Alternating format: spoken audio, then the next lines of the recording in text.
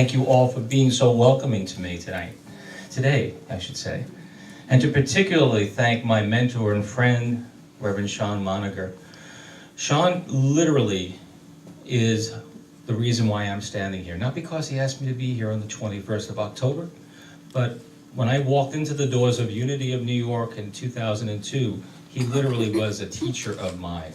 I was sitting and I was open and receptive to the message. And as you probably are well aware, he is a divine light and I love his message.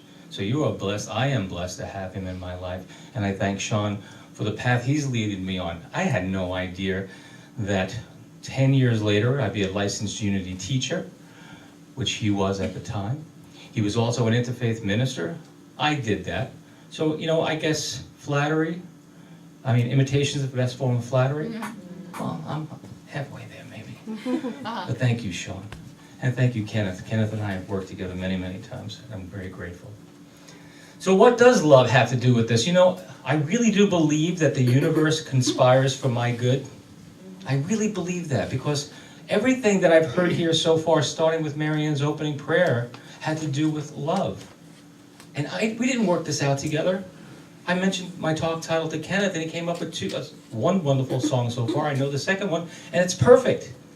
That's the universe conspiring for my good. All I had to do was show up to be here to share a message with you. But everything else is falling into place. And isn't that easy when it works like that? But then sometimes it doesn't. How many people had an experience this week? Come on, raise your hand. You had to have some sort of an experience that we call anything less than good. We're not going to call it bad because it's not how we perceive our lives. It's just less than good right now. Operative word, not now. Because if it's not good, it's not done yet. Right? Because at the end, don't we go, I'm glad for that experience, but it could have been hell. A hellish experience. And it is our job, so to speak, as truth students, to really understand what we aspire to be, and then do what? Come on. We are what of the truth? Practice. We're practitioners. I like to call myself not a licensed Unity teacher because we're all teachers, the Course in Miracles says.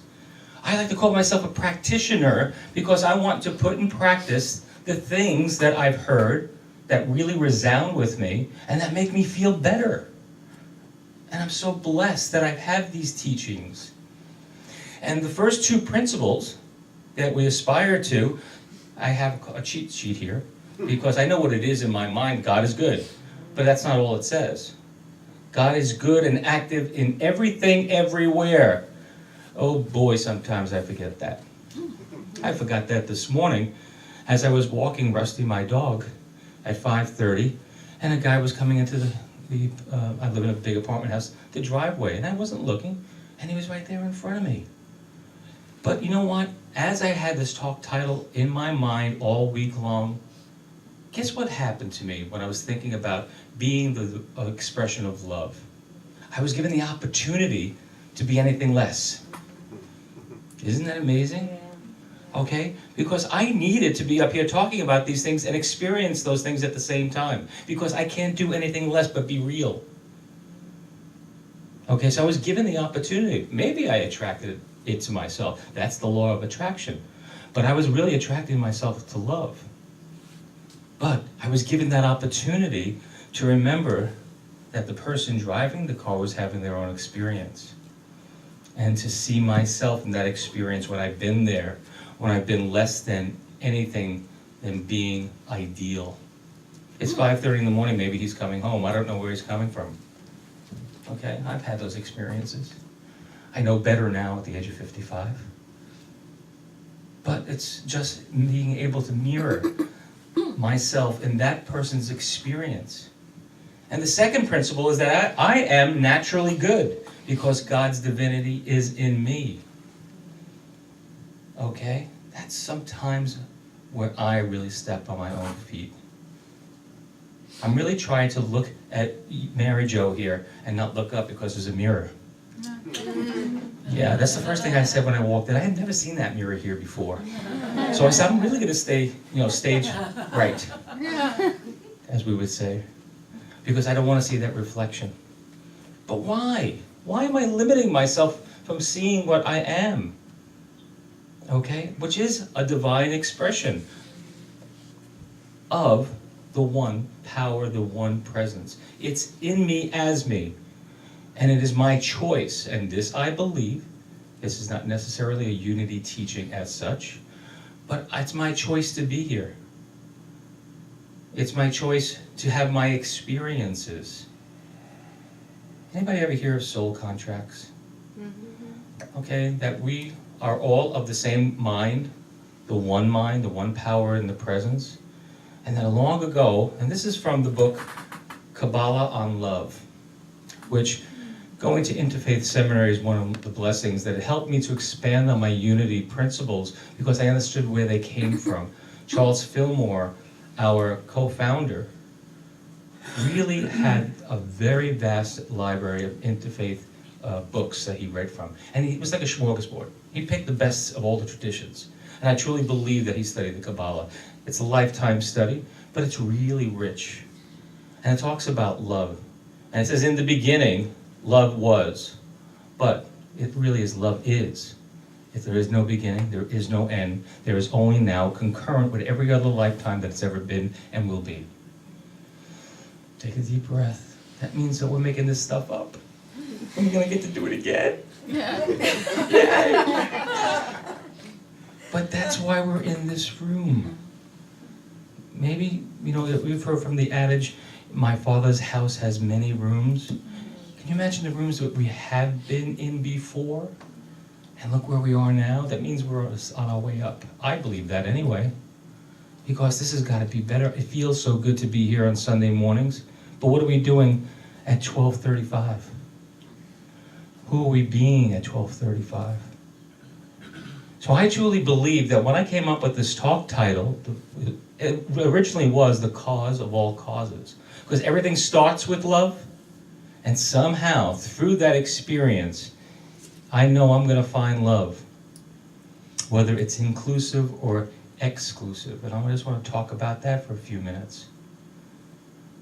Inclusive means myself. Am I starting with loving myself? We all have our journeys. Some people are still having them or holding on to them. That's your choice. Okay? But I truly believe is that when we get the opportunity to be aware of the opportunities that are presenting itself, whether we call them good or bad, that experience has information for us to remember the divine expression that we are, and that we came here to remember. That we came here to remember. The Kabbalah says that in the beginning, there was only creative energy, ever existent. We call it light, they call it love, and I'm choosing to call it love today. And it wanted to see this love in action. So watch my words here, okay? Because that's constant. Unity has taught me to really be careful with my words. I wasn't going to use the pronoun he. I could use she, I could use it. The creative energy, if you notice, I use that word first, because that's what I believe, what the expression we call God is, a creative energy. Love, as I'm talking about this morning, or sharing with you. Well, anyway, it wanted to be love in action, so it created a vessel where all the souls, which are you and I, were gathered. And it absorbed all the creative energy that God is. And like a ceramic mug, what happens when you put hot water in a ceramic mug? It becomes hot. That's us. Yeah, we absorbed all the energies that are inherent of the creative energy that we call God. Faith, we have hope, we are love, we are the comforter. Again, I alluded to that in the meditation, the 9 names of Allah. But that wasn't enough, because to be love, there's a reciprocity involved with it. We all want to be loved, but what's the other side of it? We have to be love. Yeah. Yeah, that's what I was talking about, the inclusive and the exclusive, starting with ourself. To be love in action. And that's why we come to this plane. And why do we choose that? We're sadists. Maybe. I don't know. I don't have an answer for that. Because I can't recall exactly why I chose this time to be here with you, but I know I'm grateful for this opportunity. I don't know why I chose the opportunity for me to use the other side of the coin, which is the exclusive side of love, which is to be love in action. Because love is forgiving. I said that word, but I used it differently. Love is forgiving. And that means love is forgiving. That's love in action. But love isn't love till you give it away, so it's to be given. It is forgiving. You see how that plays on itself? Yeah, very nice. Yeah. So we have to look in the mirror, so to speak, to be divine love. And first take care of our own house. Do the cleaning, get the clutter out, get rid of the stuff that doesn't work. A lot of us take years to do that. There's no judgment here, but it is a process, and we don't necessarily complete it at the end. And that's why it is my belief that we come back to learn more as part of the soul contract. And that's love in action, to continue to grow, to aspire. Sean Moniger, Reverend Sean, always says, what is the purpose of life? Shout it out if you recall what he always says. To be lived. And to get to know God better? Doesn't he say that? Yeah, I'm sure he does. He drilled that in my head for 8 years. To get to know God better. That's why I'm on this plane. So that means to have the experiences where I get to know the qualities that are inherent to the one power, the one presence. And if I believe in that, that means that anything that's going to happen, it is my choice, my decision to see the good in it. Because there is only good. Yeah, right. Yes. Yes. Believe it with conviction if that's why we come here on Sundays. Not easy work. Nobody said it was going to be easy. And then when somebody does something to us, the second principle comes in action. And we get to be love, forgiving. That's the tough one. How could I forgive them for what they did? But didn't Jesus the Christ said, forgive them, for they know not what they do? They're forgetting who they are.